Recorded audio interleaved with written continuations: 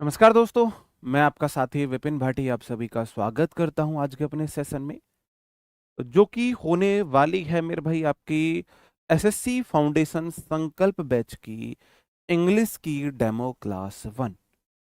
Good morning, good morning, good morning to all of you. उम्मीद करता हूं मेरे सभी दोस्त, सभी साथी एकदम बढ़िया होंगे भाई, शानदार होंगे, मस्त होंगे। ये संकल्प बैच आपके लिए 2025 में बहुत सारे एग्जाम्स की तैयारी के लिए आया है, जिसमें आप एक ही बैच से सीजीएल, सीएचएसएल, सीपीओ, एमटीएस, ये स्टेनो या बाकी अन्य जिन एग्जाम्स में इंग्लिश नहीं आती है, इंग्लिश को छोड़कर बाकी सभी सब्जेक्ट की तैयारी कर सकते हो। जैसा कि मैंने आपको पहले भी बताया है, इस बैच से आपको एक एग्जाम नहीं तैयार करना है, इस बैच से आपको अपना सब्जेक्ट तैयार करना है। आपका फोकस होना चाहिए कि सर मैं इस बैच से अपना मैथ तैयार करके जाऊंगा, ये इस बैच से मुझे अपना मैथ तैयार करना है। चाहे वो फिर वो मैथ्स आपका सीजीएल में काम आए, चाहे वो सीएचएसएल में काम आए, चाहे फिर वो आए सीपीओ में। आपको टारगेट करना है सर इस बैच से मुझे अपनी इंग्लिश तैयार करनी है। आप मेरे से करो या संजीव सर से करो, वो आपकी चॉइस है, लेकिन आपको इंग्लिश तैयार करनी है। फिर वो इंग्लिश सब में काम आएगी, ऐसा नहीं है वो एमटीएस के लिए अलग होगी, स्टेनो के लिए अलग होगी, सीजीएल के लिए अलग होगी, सीएचएसएल के लिए अलग होगी। ऐसा कुछ नहीं होता है। इस बैच में जो मैं आपको इंग्लिश पढ़ाऊंगा, देखो अब तक जो मैंने बैचेस पढ़ाए हैं उनमें मैंने इंग्लिश, अगर टीचिंग वाले बैचेस हैं तो मैंने एकेडमिक इंग्लिश ज़्यादा पढ़ाई है। अगर आपके सीजीएल वगैरह के एसएससी के बैचेस हैं तो फिर वहां पर मैंने क्या पढ़ाई है, थोड़ी कॉम्पिटिटिव इंग्लिश पढ़ाई है। लेकिन जब से एडिक्विटी की एंट्री हुई है, तब से आपकी एकेडमिक इंग्लिश भी पूछी जाने लगी है। जैसे आपने देखा, पहले एसएससी में सेंटेंस स्ट्रक्चर नहीं पूछा जाता था, सिंपल, कंपाउंड, कॉम्प्लेक्स। पहले एसएससी में फिगर ऑफ स्पीच नहीं पूछी जाती थी। पहले एसएससी में पार्ट्स ऑफ स्पीच नहीं पूछा जाता था। ये एकेडमिक इंग्लिश का पार्ट होता है, लेकिन अब पूछा जाने लगा है। ये सब चीजें आपके टीचिंग एग्जाम्स में पूछी जाया करती थी। तो जो मेरे टीचिंग वाले स्टूडेंट्स हैं वो बिल्कुल बेफिक्र रहे। इस बैच में अब हमारी मजबूरी समझ लो या आप लोगों के लिए प्रिविलेज समझ लो कि हमें एकेडमिक इंग्लिश और कॉम्पिटिटिव इंग्लिश दोनों पढ़ानी है। ठीक है, ये आपका संकल्प बैच है, इंग्लिश डेमो क्लास 1 है। ये आपको 999 में मिलेगा, लेकिन आप 20% डिस्काउंट आपको मिल जाएगा जब आप कूपन कोड लगाओगे SSC20, आपको 799 रुपये में मिलेगा। ये कूपन कोड 3 दिन वैलिड रहेगा, 3 दिन हमारी डेमो क्लासेस होती हैं। 2 दिन मैं डेमो क्लासेस में आपको बेसिक्स ऑफ इंग्लिश कराऊंगा, बिल्कुल बेसिक चीज़ें। तीसरे दिन डेमो क्लास में मैं आपको वोकेबलरी कराऊंगा। एक एक क्लास अभी मैं वोकेब की कराने वाला हूँ। ठीक है, आज से हमारी क्लासेस शुरू हो रही हैं। इसमें आपको लाइव क्लासेस मिलते हैं, क्लासेस को आप अपने बाद में अपने सहूलियत के अकॉर्डिंग भी देख सकते हो। एक चीज़ और आपको ध्यान देनी है, ऐसा नहीं है कि ये वाली क्लासेस अभी ऐप में नहीं चल रही हैं। 3 दिन आपको क्लासेस ये यूट्यूब पर मिलेंगी, 3 दिन डेमो होने के बाद ये क्लासेस भी ऐप पर आपको मिल जाएंगी। 3 दिन आपको हैंड रिटन पीडीएफ नहीं मिलेगी। 3 दिन के बाद, डेमो क्लासेस के बाद, इन क्लासेस की भी हैंड रिटन पीडीएफ पीडीएफ आपको ऐप में मिल जाएगी। डाउट ग्रुप रहेगा, टेलीग्राम का डाउट ग्रुप होगा, जिसमें आप टीचर से डायरेक्ट कनेक्ट कर सकते हैं। ये टेलीग्राम ग्रुप रात को 8 से 9 बजे के बीच आप लोगों के लिए ओपन होगा। आप टीचर को टैग करके क्वेश्चन करोगे। क्लास नोट्स पीडीएफ मिलेंगे, बोर्ड पीडीएफ अलग मिलेगी और हैंड रिटन पीडीएफ अलग मिलेंगी जो क्लास में पढ़ाया जाएगा। मॉक टेस्ट मिलेंगे, टीचर सबको एक्सपीरियंस है, ये आपको पता ही है। ठीक है, ये मैंने आपकी वैलिडिटी इसकी 2 ईयर रहने वाली है। ये इसका टाइम टेबल है, सुबह 8 बजे मेरी क्लास हुआ करेगी, तो मेरी क्लास 8 से लगभग 9:30 बजे के करीब तक जाया करेगी। 1.5 घंटे में आपको इसमें मैं ग्रामर कराने वाला हूँ। 10 बजे राहुल सर मैथ्स की क्लास लेकर आ जाएंगे। 12 बजे से रीजनिंग की क्लास है। 1 बजे से आपकी स्टैटिक जी के सोनवीर सर, और रिकॉर्डेड मिलेगी आपको नवीन सर की स्टैटिक जी के, इसमें वो रिकॉर्डेड है, जब आप चाहो देख सकते हो। 2 बजे पॉलिटी हिस्ट्री, 3 बजे संजीव सर इंग्लिश कराएंगे। ठीक है, और 5 बजे से जियो इकोनॉमिक्स होगी, और 6 बजे केमिस्ट्री है। कंप्यूटर की क्लासेस रिकॉर्डेड नहीं होंगी, लाइव होंगी, बाद में शुरू होंगी, है ना, क्योंकि आपका जो कंप्यूटर है वो प्री में नहीं आता है। तो बाद में क्लासेस होंगी कंप्यूटर के, लाइव कराई जाएंगी, रिकॉर्डेड नहीं होंगी। आज से रजिस्ट्रेशन है, मतलब आज से क्लासेस शुरू हैं, करोगे, ये डालोगे और आपको बैच ये मिल जाएगा। इस बैच में साथ के साथ ही फ्री आपको जीएस के लिए प्रैक्टिस बैच बिल्कुल फ्री मिल रहा है। संकल्प बैच प्रैक्टिस बैच ये यूट्यूब पर नहीं होगा। ये जो संकल्प फाउंडेशन बैच लेने वाले हमारे स्टूडेंट्स होंगे उन्हीं के लिए होगा, जिसमें दिग्विजय सर आपको पता ही है उनका क्या लेवल है, यूपीएससी स्टूडेंट्स को वो पढ़ाते हैं। वो आपको क्या कराएंगे, जीएस की पर डे प्रैक्टिस कराएंगे। ठीक है। उससे अलग सोनवीर सर का स्पेशल, सॉरी संजीव सर का स्पेशल बैच 3999 में आप उनका बैच ले सकते हो। इसमें आपको सिर्फ इंग्लिश मिलेगी। ठीक है। क्लासेस आज से ही शुरू हो रही हैं। अब मैं अपनी बात कर लेता हूं, क्योंकि मैं आप लोगों के लिए स्ट्रैटेजी वीडियो नहीं लेके आया था, तो मैं 5 मिनट आपसे अपनी बात करना चाहता हूं स्ट्रैटेजी के बारे में। पहली बात, आपको ये डाउट नहीं करना है कि सर इस बैच से क्या सीडीएस निकल जाएगा, एनडीए निकल जाएगा, एमटीएस के लिए इनफ है, सीएचएसएल के लिए इनफ है, सीजीएल के लिए इनफ है। ये बिल्कुल आपको क्वेश्चन नहीं पूछने हैं। क्या sir D triple S B के लिए इनफ है, क्या टीचिंग एग्जाम्स के लिए इनफ है, ये क्वेश्चन आपको पूछना ही नहीं है, क्योंकि ये सबके लिए इनफ है। इस बैचेज में मैं आपको एकेडमिक इंग्लिश, कॉम्पिटिटिव इंग्लिश दोनों कराऊंगा, कंप्लीट कराऊंगा। ठीक है। दूसरा क्वेश्चन कि सर एक बार में एक साथ एक ही क्लास कराओगे? अभी फिलहाल मैं आपको लगभग 1 महीने 1.5 महीने सिर्फ 1.5 घंटे ग्रामर की क्लास दूंगा। उसके बाद मैं वोकैब की क्लास स्टार्ट कर दूंगा। ग्रामर कंप्लीट होते ही मैं आपको कॉम्प्रिहेंशन की क्लासेस कराऊंगा। आपको नोट्स नहीं बनाने, मेरे से आप पढ़ रहे हो, आपको नोट्स नहीं बनाने हैं। नोट्स बनाने में टाइम वेस्ट आपको नहीं करना है। ठीक है। टाइम वेस्ट नहीं करना है नोट्स बनाने में। ठीक है मेरे भाई।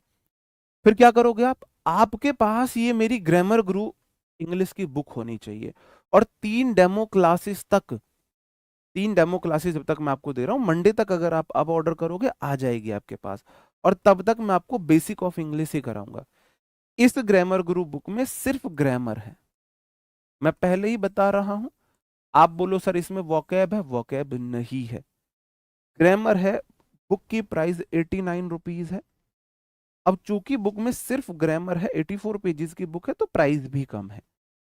नोट्स आपको बिल्कुल नहीं बनाने, लेकिन जब आप मेरे से पढ़ोगे तो बुक आपका जो चैप्टर मैं पढ़ा रहा हूं वो चैप्टर बुक का ओपन होना चाहिए सामने आपके पास। या तो वो स्लिप जो होती हैं जो हम पेजेस पर चिपका देते हैं वो वाली, या आपके पास सिंपल A4 शीट हो।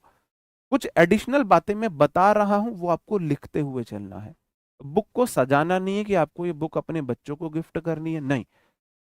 जो एडिशनल बातें मैंने बताई वो आपने पेज में लिखी और बुक में उसी चैप्टर के साथ स्टेपल कर दिया उन्हें।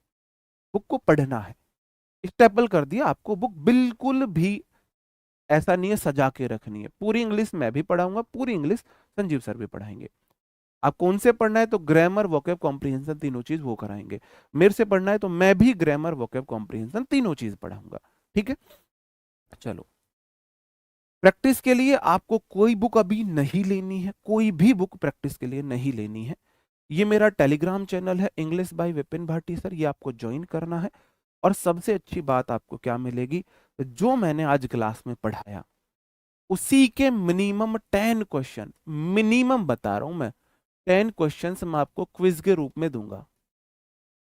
अब बताओ इससे शानदार प्रैक्टिस आपको क्या होगी।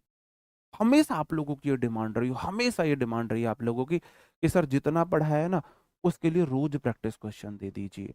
तो ये मैं आपसे प्रॉमिस कर रहा हूं। जो मैंने आज पढ़ा है, आज मैं इंट्रोडक्शन भी पढ़ाऊंगा, तो आज जो मैं बेसिक्स पढ़ाऊंगा उनके भी मैं आपको क्या दूंगा, प्रैक्टिस क्वेश्चन दूंगा। जितना मैंने पढ़ाया कम से कम 10 क्वेश्चन से ज्यादा हो सकते हैं।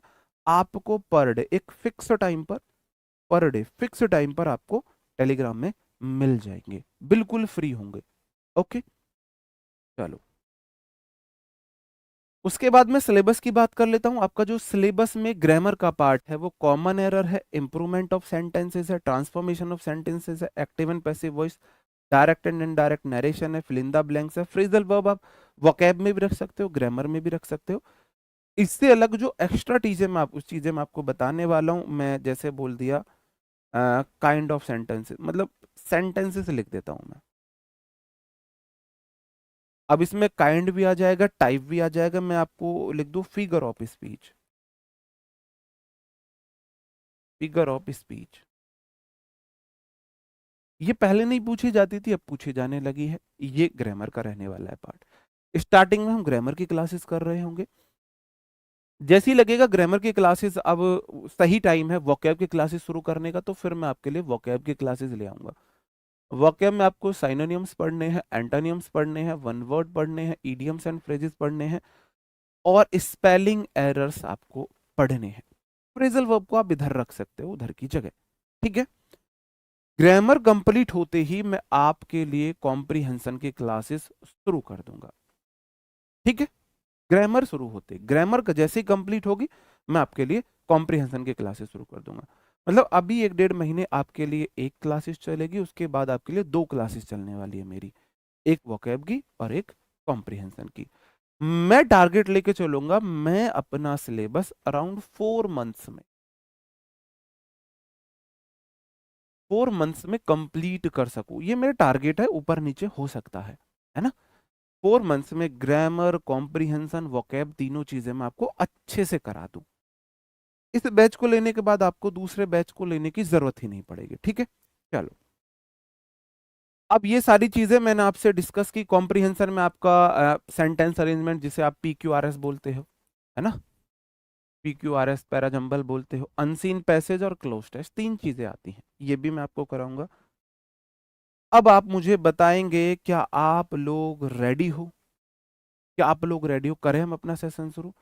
मैंने 5 मिनट में अपनी सारी स्ट्रेटेजी आपको बताई कि हम किस तरीके से पढ़ने वाले हैं। पहले ग्रामर, फिर ग्रामर के साथ साथ वोकैब शुरू कर देंगे, ग्रामर कंप्लीट हो जाएगा, कॉम्प्रिहेंशन शुरू कर देंगे, और जितना पढ़ाया उसी का रोज मैं आपको प्रैक्टिस क्वेश्चन अपने टेलीग्राम चैनल पर दूंगा। जो पढ़ाऊंगा पर उसका मिलेगा। उससे अलग मैं आपको एक चैप्टर कंप्लीट होने पर मिनिमम मिनिमम मैं आपको 100 क्वेश्चंस की मैं क्या दूंगा आपको? वर्कशीट भी दूंगा। चैप्टर कंप्लीट हुआ, नाउन, तो कम से कम बता रहा हूं मैं, 100 से नीचे किसी भी चैप्टर के नहीं होंगे। ये 200 भी हो सकते हैं, 250 भी हो सकते हैं, 300 भी हो सकते हैं क्वेश्चन। इसमें सारे TCS और एडिक्विटी, इनके PYQ होंगे। नाउन के जितने भी आज तक PYQ TCS ने पूछे हैं या एडिक्विटी ने पूछे हैं, वो सारे उसमें होंगे। प्रोनाउन होने पर प्रोनाउन के सारे क्वेश्चन इसमें होंगे। एडजेक्टिव चैप्टर कंप्लीट होने पर एडजेक्टिव चैप्टर के जितने भी आज तक TCS या एडिक्विटी ने प्रीवियस ईयर क्वेश्चन पूछे हैं, वो सारे क्वेश्चंस की आपको वर्कशीट मिलेगी। ठीक है। उस वर्कशीट का मैं सॉल्यूशन भी कराऊंगा। मैं सॉल्यूशन ऐसे नहीं कराऊंगा कि मैंने सॉल्यूशन 250 क्वेश्चन है तो 250 का कराया, नहीं। सॉल्यूशन मैं आपको टॉप 100 क्वेश्चंस का कराऊंगा। ठीक है मेरे भाई, अंडरस्टूड? चलो अब करते हैं शुरू अपना सेशन। सबसे पहले मैं पार्ट्स ऑफ स्पीच आज तक आपको पढ़ाता आया था, कि भाई कोई भी बैच हो, पार्ट्स ऑफ स्पीच में सबसे पहले पढ़ाता था, वो भी इंट्रोडक्शन पढ़ाता था। उसका एक रीजन होता है कि जब भी हमको अपना मकान बनाना होता है, तो मकान की जो नींव होती है ना, वो जमीन के अंदर होती है, वो हमें दिखती नहीं है, लेकिन पूरा मकान उस नींव पर टिका हुआ होता है। अगर हमारी वो नींव ही कमजोर है ना, तो हमारा मकान नहीं चल पाएगा ज्यादा दिन, है ना। तो हमें अपनी नींव स्ट्रांग करने की बहुत ज्यादा जरूरत है। हमारी नींव बहुत मजबूत होनी चाहिए। तो ये जो मैं स्टार्टिंग की 2-3 क्लासेस देता हूं ना, यहां से सीधा क्वेश्चन नहीं आएगा, लेकिन ये वो मकान की नींव है। आप नींव के अंदर नहीं रह रहे होते हो, आपके जो रूम्स होते हैं, बाकी सारी चीजें होती है, वो मकान में अंदर होती है, नींव के ऊपर वो सारी चीजें टिकी होती है। तो आप नाउन पढ़ोगे, टेंस पढ़ोगे, सब कुछ पढ़ोगे, उसकी नींव ये सारी चीजें होने वाली है।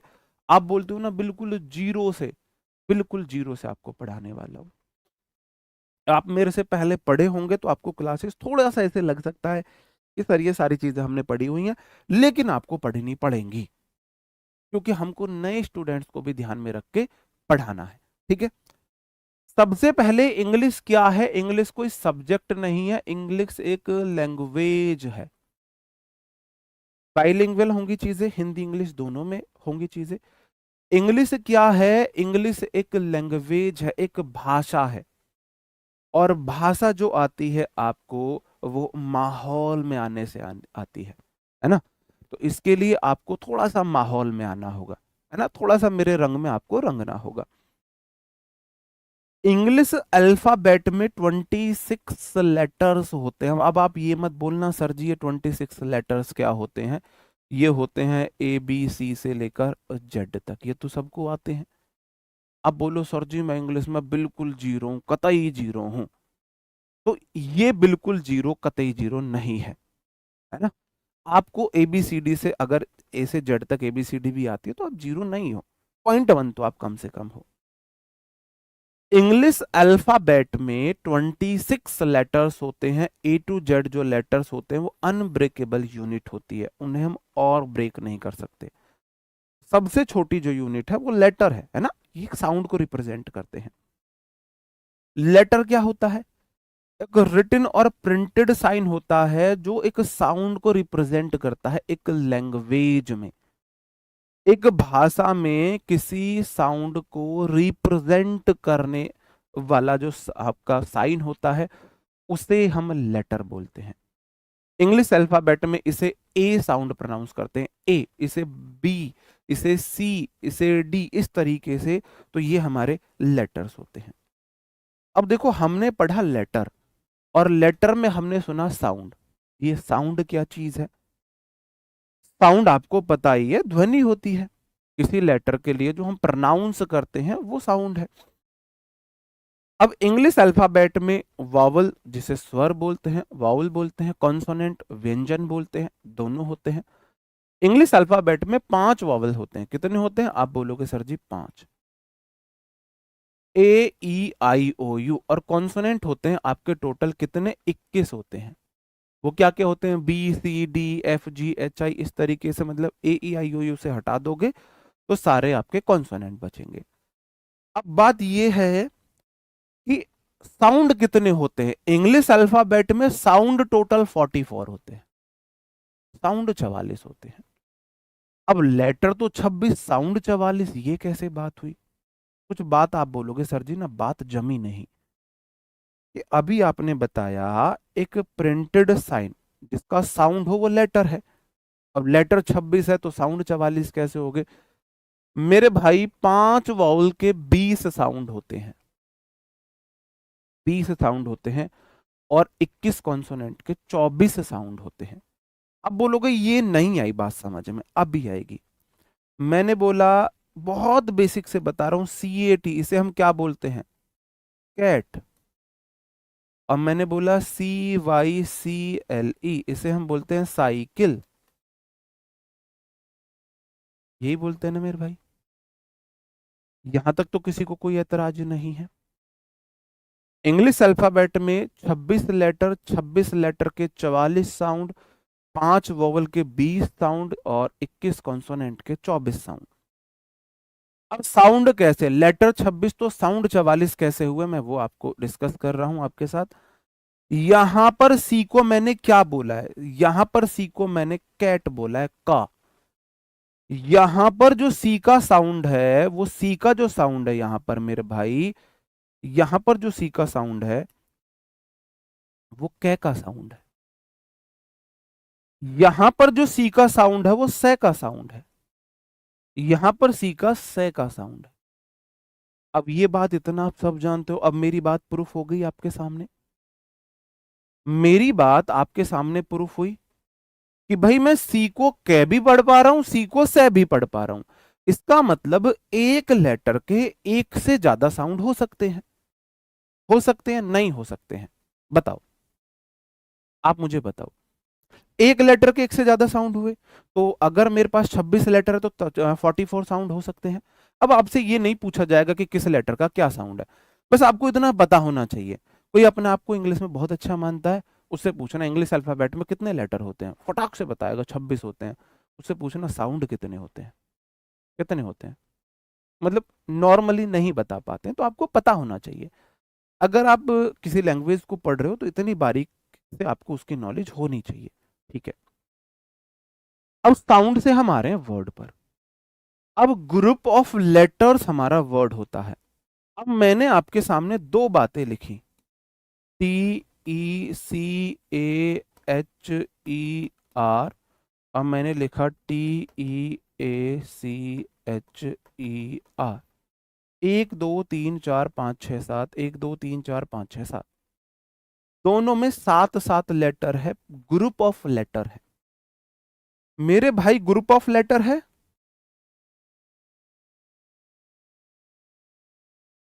या नहीं है? ग्रुप ऑफ लेटर्स है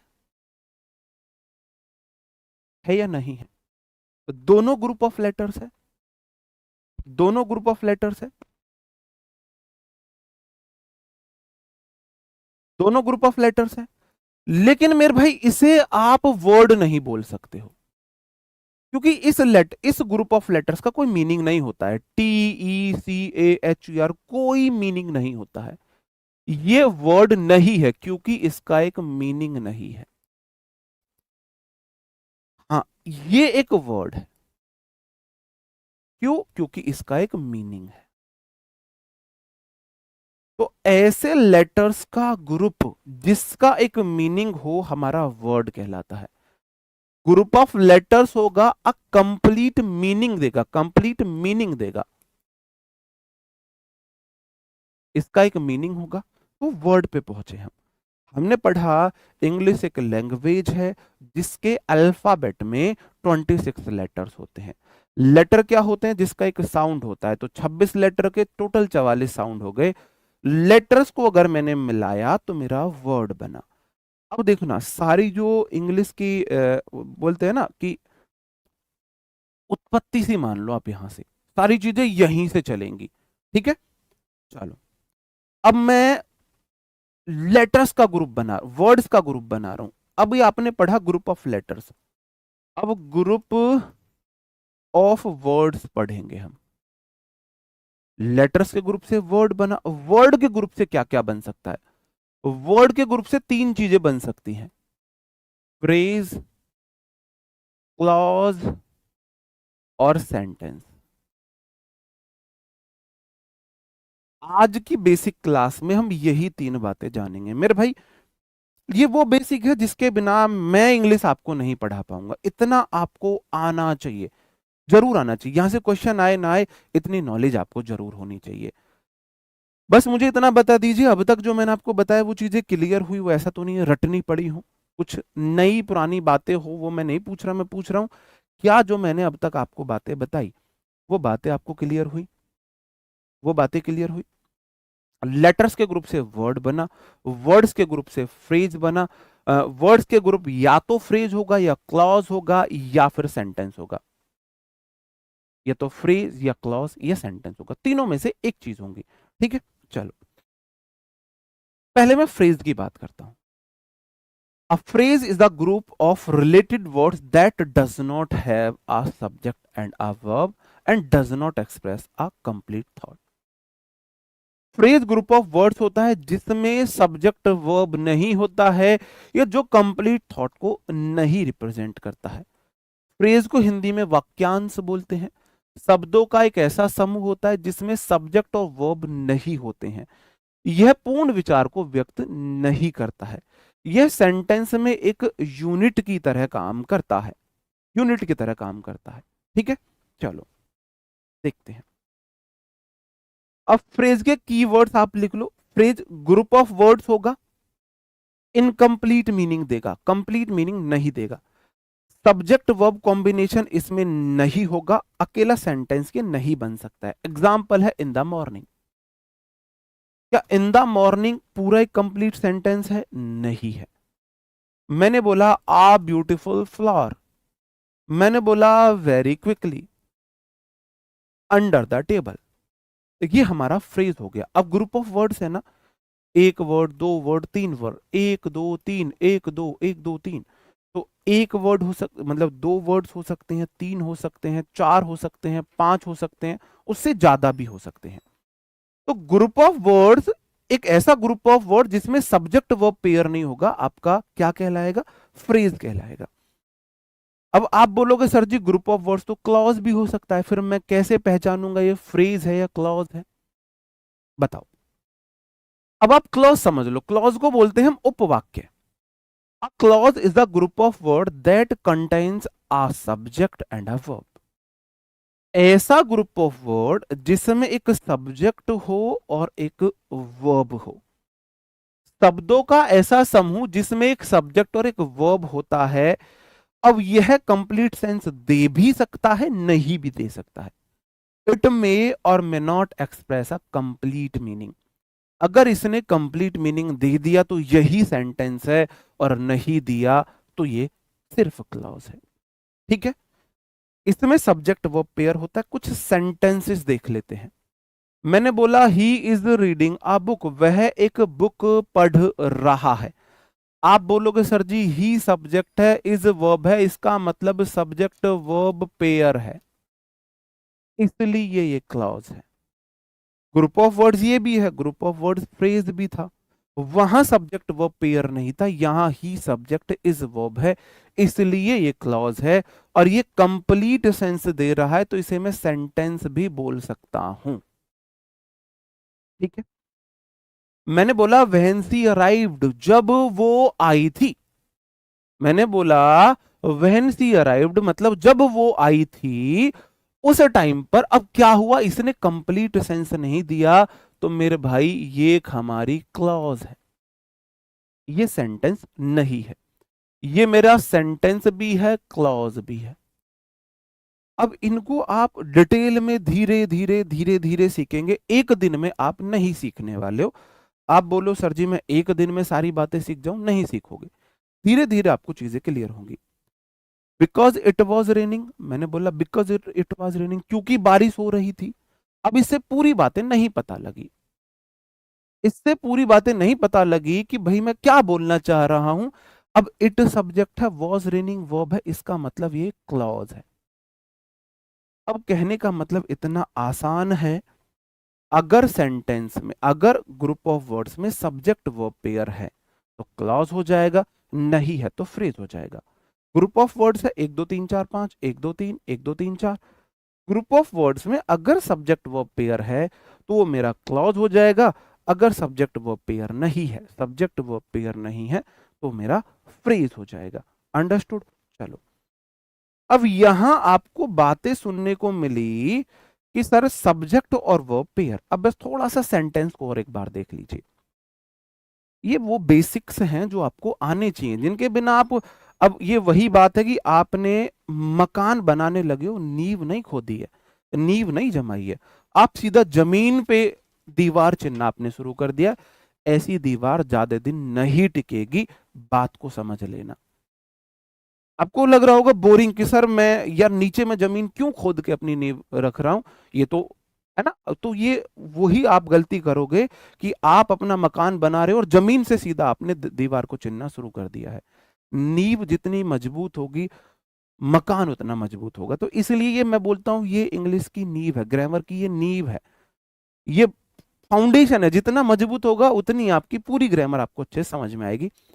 सेंटेंस एक ग्रुप ऑफ वर्ड्स है जो कंप्लीट सेंस देता है, बस इसमें इतना अंतर है। फ्रेज और क्लॉज में इतना अंतर होता है, सॉरी क्लॉज और सेंटेंस में, सेंटेंस एक कंप्लीट अर्थ ही देता है, क्लॉज कई बार कंप्लीट अर्थ नहीं भी देती है।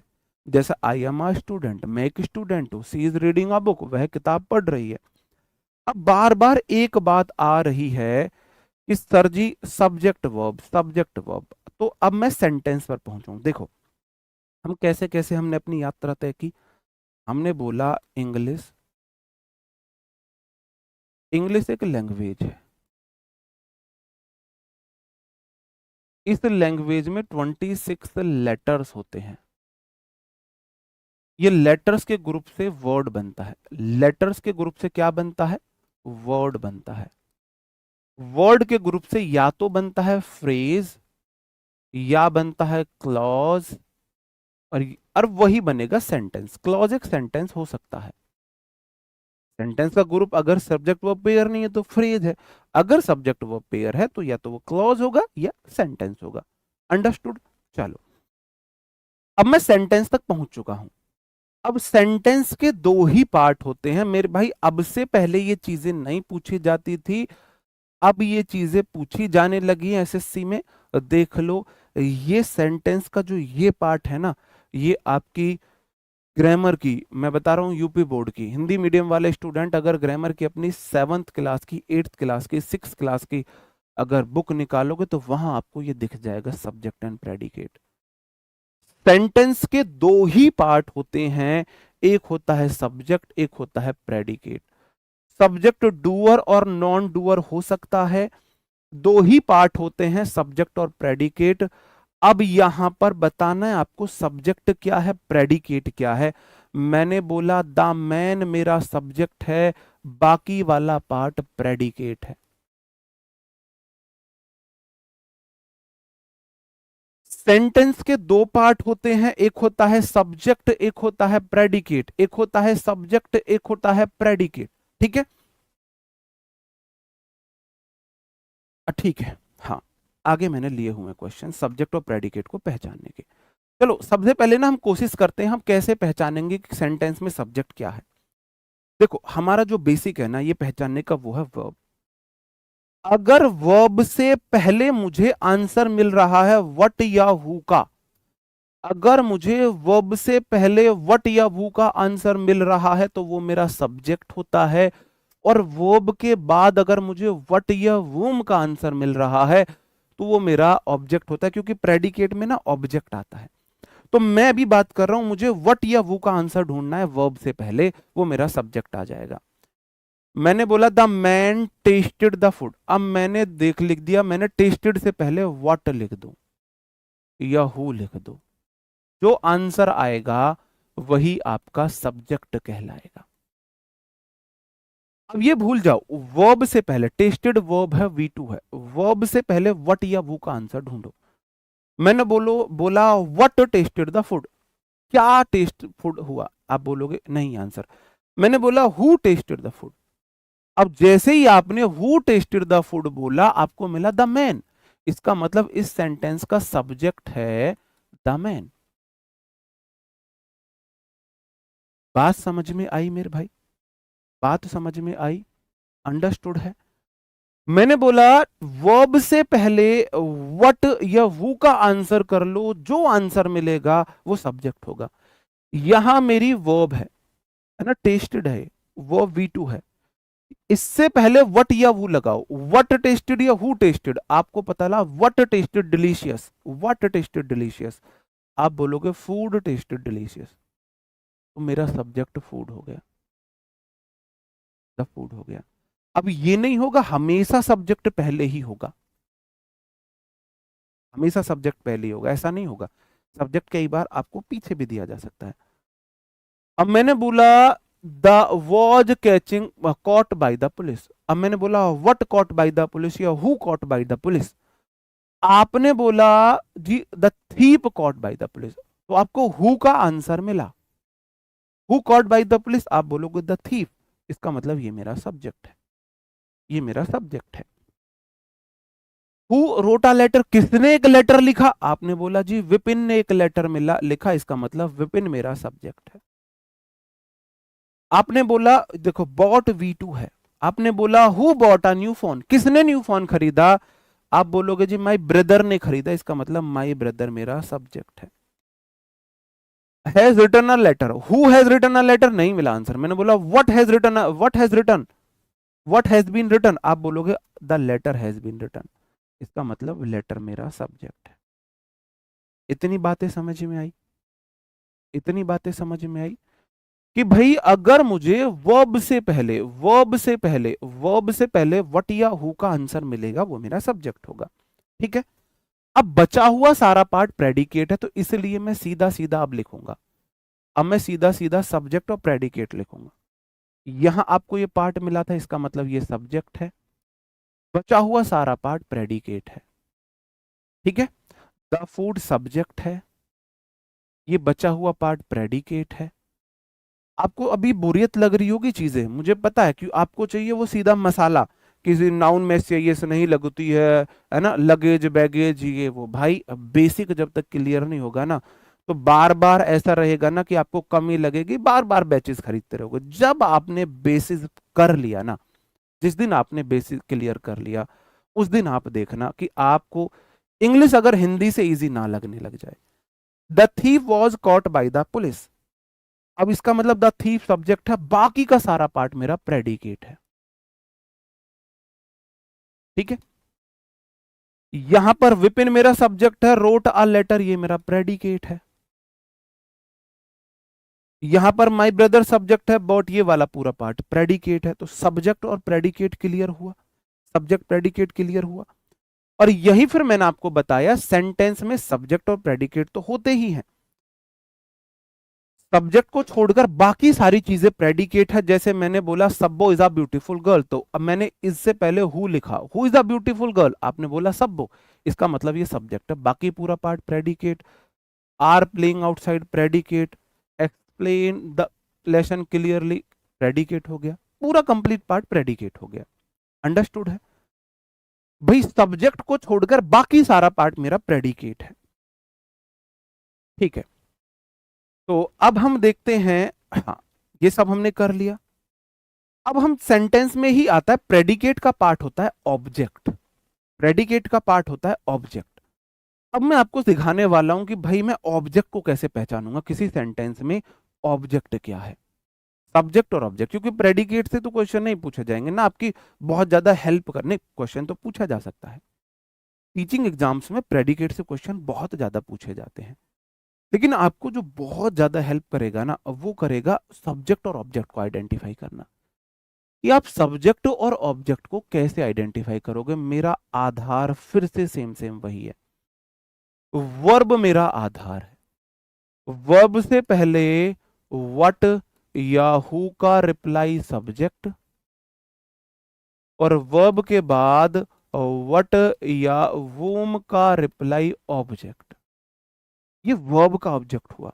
ऑब्जेक्ट दो चीजों के होते हैं, इंग्लिश लैंग्वेज में सिर्फ दो ही चीजों के ऑब्जेक्ट होते हैं।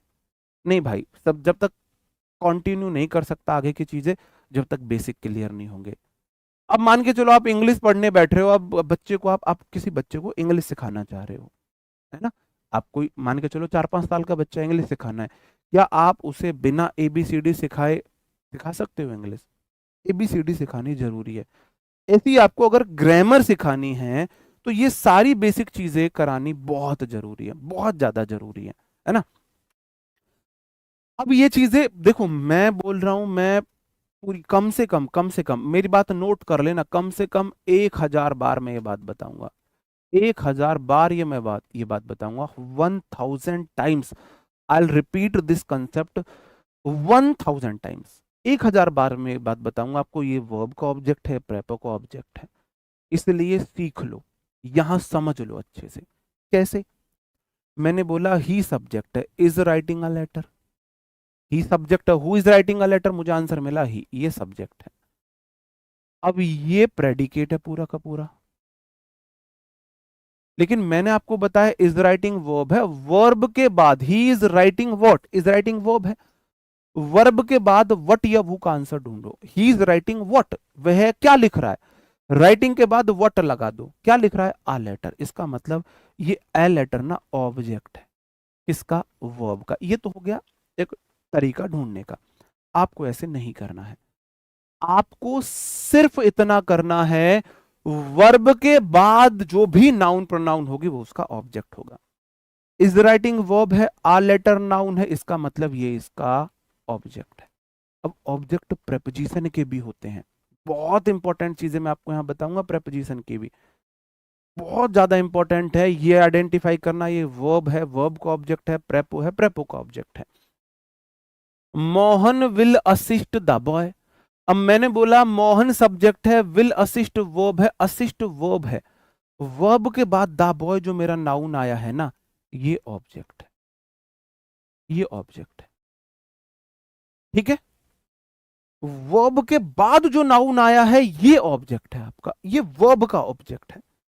मैंने बोला सब्बो रोटा लेटर, सब्बो सब्जेक्ट, रोट वो वर्ब के बाद वाली नाउन सीधा सीधा वर्ब का ऑब्जेक्ट होती है।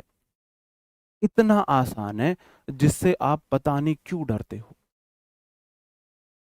और ये चीजें अगर आपने सीख ली तो आपने इंग्लिश सीख ली, अगर ये चीजें समझ आ रही है तो मतलब इंग्लिश समझ आ रही है, इंग्लिश सीख ली। और ये चीजें नहीं सीखी तो इंग्लिश में प्रॉब्लम आपको आनी ही आनी है।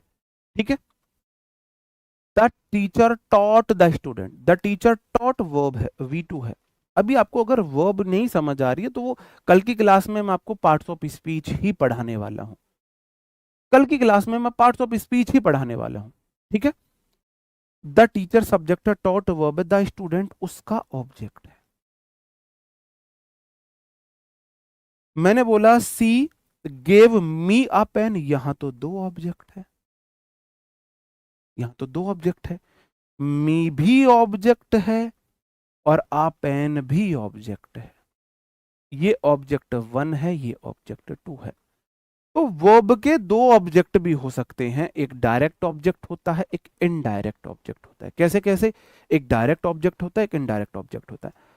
डायरेक्ट ऑब्जेक्ट अगर एक ही ऑब्जेक्ट है तो डायरेक्ट ऑब्जेक्ट है, अगर वूम का आंसर है तो वो इनडायरेक्ट ऑब्जेक्ट है। वट और वूम दोनों आंसर है, तो वट डायरेक्ट ऑब्जेक्ट होता है, वूम इनडायरेक्ट ऑब्जेक्ट होता है।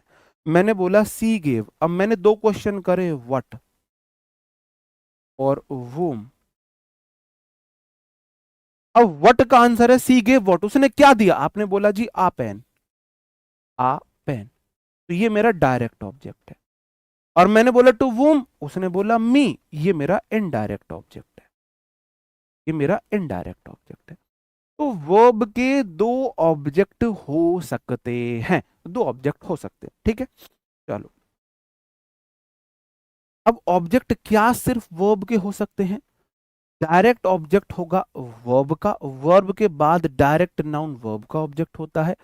और अगर वर्ब के बाद वट और वूम दोनों का आंसर आता है तो वो आपका इनडायरेक्ट ऑब्जेक्ट और डायरेक्ट ऑब्जेक्ट दोनों होंगे, ठीक है। जैसे रोहन गेव मी 2 बुक्स, ये बात मैंने आपको अभी बताई। रोहन गेव से दो आंसर पूछो, वट और टू वूम। अब मैंने बोला रोहन गेव वट, आपने बोला 2 बुक्स, वट का आंसर मिला 2 बुक्स, ये मेरा डायरेक्ट ऑब्जेक्ट है। और मैंने बोला रोहन गेव टू वूम, रोहन ने दी, किसे दी थी किताब, किसे दी थी? आपने बोला मी, जो ये मेरा मी है ये इनडायरेक्ट ऑब्जेक्ट है।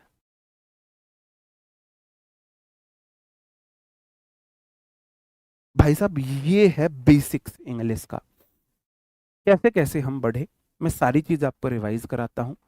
मैंने बताया इसमें लेटर्स होते हैं कितने?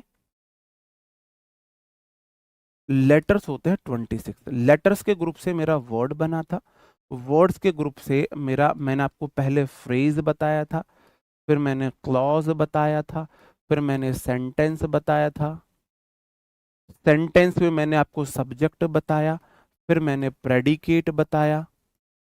अब आपको सेंटेंस ही तो पढ़ने हैं। आप ऐसे मान के चलो आप किसी फैमिली में रह रहे हो, फैमिली मेंबर को ही नहीं जानते हो, और आप सोच रहे हो मैं इस फैमिली में बहुत अच्छे से घुल मिल के रह लूं, नहीं रह पाओगे। जब तक उस फैमिली के फैमिली मेंबर से आप परिचित नहीं होगे, नहीं रह पाओगे। पूरी इंग्लिश लैंग्वेज में मैं आपको कैसे पढ़ाऊंगा? सेंटेंस के थ्रू पढ़ाऊंगा। और अगर आपको सेंटेंस के पार्ट ही नहीं पता है, आप कैसे सीखोगे? लेटर से वर्ड बना, वर्ड से फ्रेज बना, फ्रेज से क्लॉज समझाया, सेंटेंस समझाया, सेंटेंस के सब्जेक्ट प्रेडिकेट समझाया, और प्रेडिकेट में फिर मैंने आपको वर्ब का ऑब्जेक्ट समझाया, वर्ब के ऑब्जेक्ट समझाए। और अब मैं आपको बताने वाला हूं प्रेपोजिशन के ऑब्जेक्ट। अब प्रेपोजिशन हमारी होती है इन, एट, ऑन, ये सब हमारी प्रेपो होती हैं। क्या होती है? ये सब हमारी प्रेपो होती हैं। अगर प्रेपोजिशन के बाद कोई नाउन आती है तो वो प्रेपो का ऑब्जेक्ट होता है। भाई कुछ इश्यू आ रहा है क्या कैमरे में? बताओ। हैं? अब ठीक है मेरे भाई? अब ठीक है? नहीं देखो, फ्रेज के टाइप जब मैं फ्रेज पढ़ाऊंगा तब बताऊंगा, क्लॉज के टाइप जब मैं क्लॉज पढ़ाऊंगा तब बताऊंगा, है ना। आज की तो अगर आप 50% बातें भी समझ पा रहे हो ना, तो इंग्लिश आप 100% समझने वाले हो। क्यों? ये ऐसे है, देखो, जब आप किसी फैमिली में गए, आप फैमिली में जब जाओगे तो आपको परिचय कराया जाएगा 10 लोगों से, ये है, ये है, ये है, ये है। आपको सारी बातें, सारे लोगों का नहीं पता चलेगा, नाम नाम थोड़ा थोड़ा पता चलेगा, करेक्टर नहीं पता चलेगा। जब आप उस फैमिली में रहने लगोगे, सबका आपको पता है, ये है, ये है, इससे मेरा ये रिश्ता है, वो रिश्ता है, तो आप उनके बीच रह के उनके बिहेवियर से परिचित हो गए, है ना। तो ऐसे ही जब मैं आगे आपको ये सारी बातें बताऊंगा, तो आप फिर से सब्जेक्ट आएगा, फिर से प्रेडिकेट आएगा, फिर से वर्ब आएगा, ऑब्जेक्ट आएगा, क्लॉज आएगा। तो मैंने पहली बार आपको ये बातें बताई, तो आगे आपको समझने में दिक्कत नहीं होगी, है ना। मान के चलो किसी दुल्हन को नई नई किसी की शादी हुई, अगर आपने उस फैमिली में जाकर उसको यही नहीं बताया ये तेरी सासू माँ है, ये तेरी ननंद है, ये तेरा देवर है, ये जेठ है, ये ससुर है ना, तो वो कैसे उस फैमिली में सरवाइव कर पाएगी, है ना। वो सासू माँ को दीदी बोलने लगेगी, है ना, और ननंद को वो जी मम्मी जी बोलने लगेगी, तो पूरे खिचड़ी पक जाएगी। तो ये समझाना उसे बहुत जरूरी है, भाई तेरा इन सबसे ये रिश्ता है, ऐसे रहना है, ऐसे रहना है, ठीक है, ओके। तो ऐसे ही आपको भाई ये सब चीजें पढ़नी है, तो कम से कम आप अभी आपको इंट्रोडक्शन चल रहा है, ये चीज है, ये चीज है, ये चीजें बार बार बताई जाएंगी, आपको इजीली समझ आ जाएगा। मेरा कहने का मतलब है, मुझे सिर्फ 15 डेज दे दो, 15 दिन मुझे दे दो, उसके बाद अगर आपका इंग्लिश का डर रह जाए मुझे बता देना, मात्र 15 दिन। 15 दिन में आपको चीजें हो सकता है 10% समझ में आए, 20% समझ में आए। 15 दिन के बाद अगर आपको इंग्लिश 90% समझ ना आने लगे, मत पढ़ना इंग्लिश, किसी और टीचर से पढ़ लेना, जहां से मन करे वहां से पढ़ लेना। मात्र 15 दिन दे दो। 15 दिन आपको ये चिंता नहीं करनी, इंग्लिश की जिम्मेदारी मेरी है। एक प्रॉमिस मैं आपसे कर रहा हूं, अगर आपने मुझे 15 दिन मन से दिए, तो आपका सिलेक्शन इंग्लिश की वजह से तो नहीं रुकेगा। आपका सिलेक्शन जीएस की वजह से रुक जाओ, मैथ्स की वजह से रुक जाओ, वो मेरी जिम्मेदारी नहीं है। इंग्लिश की वजह से आपका सिलेक्शन नहीं रुकने वाला है, चाहे आप कोई भी एग्जाम दो, इंग्लिश की वजह से नहीं रुकने वाला है। ये प्रॉमिस मैं आपसे करता हूं। 15 दिन आपको बस मुझे देने हैं भाई, ये कुछ करो कैमरे का यार। हाँ, आप पैसेज पढ़ना भी सीखोगे, सब सीखोगे, ठीक है। ब्लर का जो मैसेज आ रहा है, ठीक है, चलो। अब मैंने बताया भाई प्रेपोजिशन का ऑब्जेक्ट। देखो लॉफ क्या है, वर्ब है, V2 है, लॉफ्ट करना इसे, ठीक है, वर्ब है। अब हु लॉफ्ड, आप बोलो दे, इसका मतलब दे सब्जेक्ट है, लॉफ्ड वर्ब है। एट प्रेपोजिशन, प्रेपो के बाद नाउन प्रोनाउन उसके ऑब्जेक्ट होते हैं। अब यहां पर दो बातें लिखो, इंग्लिश लैंग्वेज में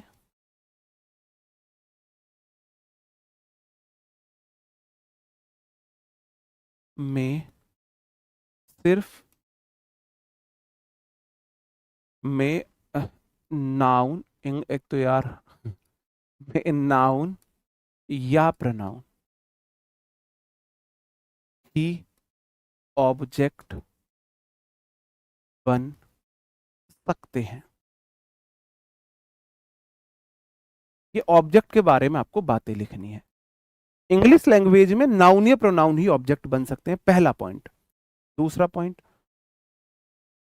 ऑब्जेक्ट या तो वर्ब का होता है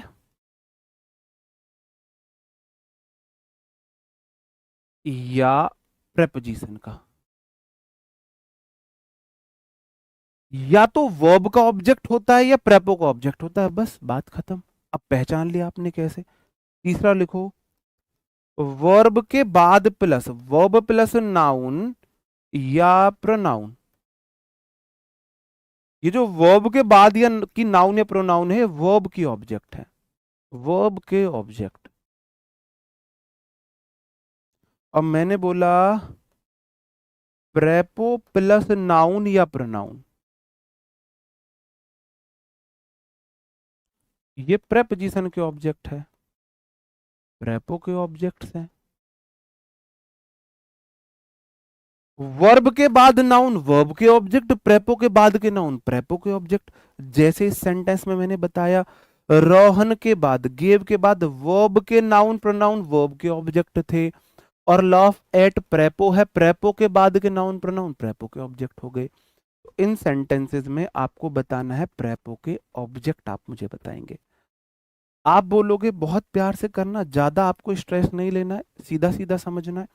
आप बोलोगे सर जी द बुक जो है ये मेरा सब्जेक्ट है, क्योंकि what is on the table is verb है, इससे पहले व्हाट लगाओ, what is on the table, answer मिला द बुक, इसका मतलब सब्जेक्ट है, इज वर्ब है, ऑन क्या है, प्रेपो है। अब द टेबल एक नाउन है, इसका मतलब प्रेपो के बाद की नाउन इस प्रेपो का ऑब्जेक्ट है। क्या मुश्किल है? आप मुझे ये बताओ, क्या सच में मुश्किल है ये आइडेंटिफाई करना कि ये वर्ब का ऑब्जेक्ट है, ये प्रेपो का ऑब्जेक्ट है? क्या मुश्किल है बताओ। मैंने बोला वी वेटेड, अब मैंने देखो वेटेड वर्ब है, V2 है, उससे पहले व्हाट या वू का आंसर ढूंढो, हु या what waited for the bus, नहीं मिला answer, who waited for the bus, आपको मिला हु का आंसर वी, इसका मतलब ये मेरा सब्जेक्ट है। वेटेड वर्ब है, फॉर प्रेपो है, प्रेपो के बाद के नाउन प्रोनाउन उस प्रेपो के ऑब्जेक्ट है। पूरी ग्रामर इसी बात पर टिकी है, पूरी ग्रामर इस बात पर टिकी है कि ये वर्ब का ऑब्जेक्ट होता है, ये प्रेपो का ऑब्जेक्ट होता है। और ये समझ लो, अगर आपने ये सीख लिया, आपने ग्रामर सीख ली है ना। प्रेपो को संबंध सूचक, संबंधवाचक कुछ ऐसे बोलते हैं हिंदी में, है ना। कल मैं आपको पार्ट्स ऑफ स्पीच ही पढ़ाऊंगा, कल मैं आपको पार्ट्स ऑफ स्पीच पढ़ा के फिर ये सारी चीजें मैं आपसे कल दोबारा पूछूंगा। हाँ जी भाई, देखो कॉम्प्रिहेंशन का जब टाइम आएगा, अब ऐसा नहीं हो सकता कि किसी बैच की ग्रामर, किसी बच्चे की ग्रामर स्ट्रांग है तो मैं उसे डायरेक्ट कॉम्प्रिहेंशन पढ़ाने लग जाऊं। किसी स्टूडेंट की, नहीं प्रेपो पूर्व सर्ग नहीं होता है, वो संबंध सूचक करके कुछ होता है। अगर किसी स्टूडेंट की वोकैब ग्रामर स्ट्रांग, वोकैब कमजोर, मैं डायरेक्ट वोकैब पढ़ाने लग जाऊं। यहाँ सबका ध्यान रखते हुए चीजें जीरो टू एडवांस चलेंगी, बेसिक टू एडवांस चीजें चलेंगी, है ना। ये सब होने वाला है, ठीक है। चलो आज के लिए इतना ही, या और पढ़ना चाहोगे? हाँ, स्टार्टिंग में हम क्लास अभी 1 घंटे ही रखेंगे, धीरे धीरे, मैंने बोला मुझे जैसे जैसे टाइम बढ़ेगा तो आपको चीजें क्लियर होने लगेंगी, जैसे जैसे टाइम बढ़ेगा क्लियर होने लगेंगी चीजें, ठीक है। आज के लिए हम इतना ही रखते हैं, क्योंकि आज मैंने जितना बेसिक आपको बताना था ना उतना बेसिक बता दिया। अब आगे का जो बेसिक है ना, मैं एक बार आपको पार्ट्स ऑफ स्पीच जब पढ़ा दूंगा तब मैं आपको आगे का बेसिक पढ़ाऊंगा, ठीक है। अब मैंने आज आपको जितना बढ़ाया है, जितना मैंने आज आपको पढ़ाया है, उतने से मैं अपने टेलीग्राम चैनल, ये टेलीग्राम चैनल है, इससे मैं आपको उतने से क्वेश्चन पूछूंगा, जो आज पढ़ाया उसी से क्वेश्चन पूछूंगा, कम से कम 10 क्वेश्चंस। तो टेलीग्राम चैनल ज्वाइन कर लेना, English by Vipin Bhati sir ये डालना है, English E capital by B capital Vipin B Bhati B sir S capital, space देना नहीं है। टेलीग्राम चैनल ज्वाइन कर लोगे तो मैं इतना जो मैंने आज पढ़ाए इतने के 10 क्वेश्चंस आपको प्रैक्टिस के लिए मिल जाएंगे, ठीक है। एक निश्चित टाइम कर लेंगे प्रैक्टिस के लिए। अगर मेरे से पढ़ रहे हो भाई, ये बुक आपके पास जरूर होनी चाहिए। बुक इतनी ज्यादा महंगी नहीं है कि हम इससे पैसे कमा रहे हैं, आप बुक से अच्छे नोट्स नहीं बना सकते हो, ये मैं आपसे प्रॉमिस करता हूँ। बुक जो है आपको मेरे टेलीग्राम चैनल पर, अगर आप जाके पीडीएफ में देखोगे तो बुक की पीडीएफ मिल जाएगी, एक बार बुक देख लेना। आरडब्ल्यू एप्लीकेशन पर जो बुक का जो डेमो होता है ना, उसमें जाके देख लेना कि बुक है किस लेवल की, या जिनके पास बुक है एक बार वो कमेंट करके बता देंगे कि क्या वो बुक से अच्छे नोट्स बना सकते हैं। बुक आपके पास जरूर होनी चाहिए, जिनके पास है वो बता दो क्या बुक से अच्छे नोट्स बना सकते हैं, क्या उन्हें नोट्स बनाने की जरूरत है? नोट्स आपको नहीं बनाने हैं, सीधा बुक बाय करनी है, नोट्स की टेंशन खत्म है। अगर मेरे से इंग्लिश सीख के अच्छे से अच्छे नंबर लाने वाले हो, आपका मतलब आउट ऑफ आउट नंबर लाने वाले हो, तो ये बुक आपके पास होनी चाहिए, ठीक है मेरे भाई। ओके, नोट्स आपको बिल्कुल नहीं बनाने हैं, ओके।